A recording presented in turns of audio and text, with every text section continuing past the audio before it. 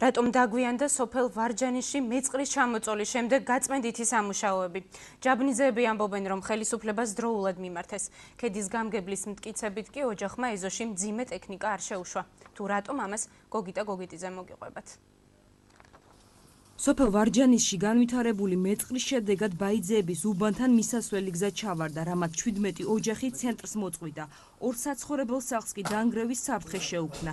ადგილობრივების თქმით, მუნიციპალიტეტის გამგეობამ მათ დახმარება აღუთქვა, თუმცა ტექნიკის მიყვანა დააგვიანეს. მერიში არისო ლაფეტი ავაო და დადებენ ექსკავატორი მოვა, დიდი ექსკავატორი და გაწმინდავსო და დავიწყებთ გრუნტის გატანას, რა თქმა უნდა, შეუფერხებლათო და დავიწყებთ მუშაობას ბეტონის ჩასხმაზე.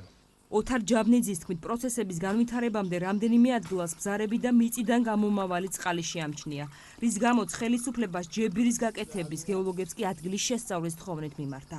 მოვიდნენ გეოლოგები, შეამოწმეს, თვითონ არაფერი საშიშრობა არ არის.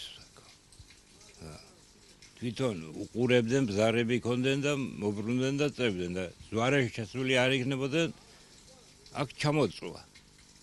მათი თვალით ვანახვე, რომ აღე გაბზარულია უთხარი და 1 საათი მეტად ჩამოამეთ. მობრუნდნენ წევდნენ.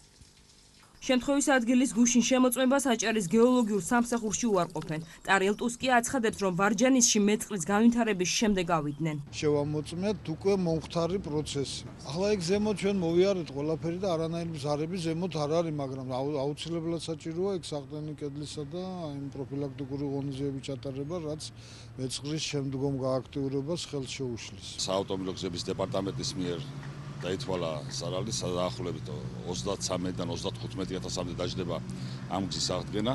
ქედის გამგებლის ინფორმაციით, ჯაბნიძეებმა ადგილმონაცვლეობა და ბინით უზრუნველყოფა მოითხოვეს, რის გამოც მძიმე ტექნიკის ეზოში შეყვანის უფლება არ მისცეს. დამეწყრილი ტერიტორიის გაწმენდითი სამუშაოების დაწყება მხოლოდ რამდენიმე საათის წინ გახდა შესაძლებელი.